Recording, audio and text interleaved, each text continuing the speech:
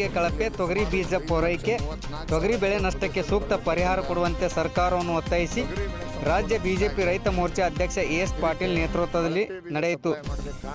ಈ ಸಂದರ್ಭದಲ್ಲಿ ಜಿಡಿ ಅಂಗಡಿ, ಶಿವರಾಜ್ ಕೆಂಗನಾಳ್ ಹಾಗೂ ಹಲವಾರು ರೈತ ಮುಖಂಡರು, ರೈತರು ಜಿಲ್ಲಾಧಿಕಾರಿಗಳಿಗೆ ಮನವಿ ಸಲ್ಲಿಸಿದರು. ಈ ಬೆಳೆ ನಷ್ಟ ಆಗಿದೆ ಅಂತೇಳಿ ಅದನ್ನು ಕುರಿತು ಜಿಲ್ಲಾಧಿಕಾರಿಗಳಿಗೆ, ಕೃಷಿ ಅಧಿಕಾರಿಗಳಿಗೆ, ಸರ್ಕಾರಕ್ಕೆ ಹಲವಾರು ಮನವಿಗಳನ್ನು ಮಾಡಿದಾಗಿದೆ. ಕಳಪೆ ಬೀಜ ಸಪ್ಲೈ ಮಾಡಿದಂಥ ಏಜೆನ್ಸಿಗಳ ಬಗ್ಗೆ ಎನ್ಕ್ವೈರಿ ಮಾಡಿರಿ, ಯಾರು ಸಪ್ಲೈ ಮಾಡಿದರೆ ಅವ್ರನ್ನ ಬಂಧಿಸ್ರಿ, ಮತ್ತು ಆದಂಥ ನಷ್ಟಕ್ಕೆ ಸುಮಾರು 5,000 ಕೋಟಿಯ ನಷ್ಟ ಆಗಿದೆ, ಅದಕ್ಕೆ ಪರಿಹಾರ ಕೊಡಬೇಕು ಸರ್ಕಾರ ಅಂಥೇಳಿ ಆಗ್ರಹ ಮಾಡಿ ಹೋರಾಟವನ್ನು ಶಾಂತಿಯುತವಾಗಿ ರೈತರು ಮಾಡ್ತಾಯಿದ್ದಾರೆ. ಆದರೆ ಇವತ್ತಿನವರೆಗೂ ಈ ಸರ್ಕಾರಕ್ಕೆ ಕಿವಿ ಕೇಳ್ತಾ ಇಲ್ಲ ಮತ್ತು ಕಣ್ಣು ಕಾಣಿಸ್ತಾ ಇಲ್ಲ. ಅದಕ್ಕೆ ಇವತ್ತಿನಿಂದ 650 ಹಳ್ಳಿಗಳ ರೈತ ಪ್ರತಿನಿಧಿಗಳು ಲಕ್ಷಾಂತರ ರೈತರ ಪರವಾಗಿ ಕೇಸ್ಗಳನ್ನು ದಾಖಲೆ ಮಾಡ್ತಕ್ಕಂಥ ಕೆಲಸ ಲೋಕಾಯುಕ್ತದಲ್ಲಿ ಪ್ರಾರಂಭ ಆಗಿದೆ. ಕೃಷಿ ಸಚಿವರ ವಿರುದ್ಧ, ಅಗ್ರಿಕಲ್ಚರ್ ಕಮಿಷನರ್ ವಿರುದ್ಧ, ಸೆಕ್ರೆಟರಿ ವಿರುದ್ಧ ಮತ್ತು DC ವಿರುದ್ಧ ಮತ್ತು JD ವಿರುದ್ಧ ಕ್ರಿಮಿನಲ್ ಕೇಸ್ಗಳನ್ನು ದಾಖಲೆ ಮಾಡಬೇಕು. ಕೂಡಲೇ ಅವ್ರನ್ನ ಬಂಧಿಸಬೇಕು.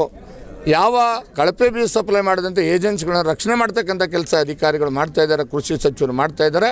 ಅವ್ರ ಮೇಲೆ ಕ್ರಮ ಆಗಬೇಕು, ಸಮಗ್ರ ತನಿಖೆ ಆಗಬೇಕು ಮತ್ತು ರೈತರಿಗೆ ಪರಿಹಾರ ಕೊಡಬೇಕು ಅನ್ನೋ ಡಿಮ್ಯಾಂಡನ್ನು ಮಾಡಿ ಇವತ್ತಿನಿಂದ ಕಾನೂನಾತ್ಮಕ ಹೋರಾಟವನ್ನು ಪ್ರಾರಂಭ ಮಾಡಿದ್ದೀವಿ.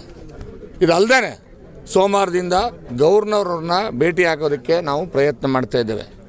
ಗವರ್ನರು ನಮ್ಮ ರೈತ ಪ್ರತಿನಿಧಿಗಳಿಗೆ ಪರ್ಮಿಷನ್ ಕೊಟ್ಟ ತಕ್ಷಣ ನಾವು ಗವರ್ನರ್ನ ಕೂಡ ಭೇಟಿಯಾಗಿ ಪ್ರತಿಯೊಬ್ಬ ಊರಿಂದ ಒಬ್ಬ ರೈತ ಪ್ರತಿನಿಧಿ, 650 ಹಳ್ಳಿಗಳಿದ್ದಾವೆ, 650 ಹಳ್ಳಿಗಳಿಂದ ಒಬ್ಬೊಬ್ಬ ಪ್ರತಿನಿಧಿಯನ್ನು ಕರೆದುಕೊಂಡು ಹೋಗಿ ಇಲ್ಲಿ ಆಗಿರ್ತಕ್ಕಂಥ ಅನಾಹುತ ದುರಂತ ಏನಾಗಿದೆ, ರೈತರಿಗೇನು ಅನ್ಯಾಯ ಆಗಿದೆ, ರೈತರಿಗೆ ನಷ್ಟ ಆಗಿದೆ, ಅದಕ್ಕೆ ಕಾರಣ ಯಾರು, ಕಾರಣರಾಗಿರ್ತಕ್ಕಂಥ ಕೃಷಿ ಸಚಿವರನ್ನ ಕೂಡಲೇ ಬಂಧಿಸಬೇಕು. ಅನಿವಾರ್ಯ ಬಂದರೆ ಈ ಸರ್ಕಾರ ಈ ಭ್ರಷ್ಟ ಅಧಿಕಾರಿಗಳನ್ನು, ಕೃಷಿ ಸಚಿವರನ್ನ ಮತ್ತು ಈ ಒಂದು ಕಳಪೆ ಬೀಜ ಸಪ್ಲೈ ಮಾಡಿದ ಏಜೆನ್ಸಿಗಳನ್ನ ರಕ್ಷಣೆ ಮಾಡುವಂಥ ಏನು ಪ್ರಯತ್ನ ಮಾಡ್ತಾಯಿದೆ, ಅನಿವಾರ್ಯ ಆದರೆ CBI ಎನ್ಕ್ವೈರಿ ಮಾಡಿ ಇವರೆಲ್ಲರನ್ನು ಕೂಡ ಬಂಧಿಸಬೇಕು ಅಂತಕ್ಕಂಥ ಒಂದು ಆಗ್ರಹವನ್ನು ಕೂಡ ನಾವು ಸೋಮವಾರದಿಂದ ಗವರ್ನರ್ಗೆ ಮನವಿ ಕೊಡೋ ಮುಖಾಂತರ ಮಾಡೋರಿದ್ದೇವೆ. Thank you sir.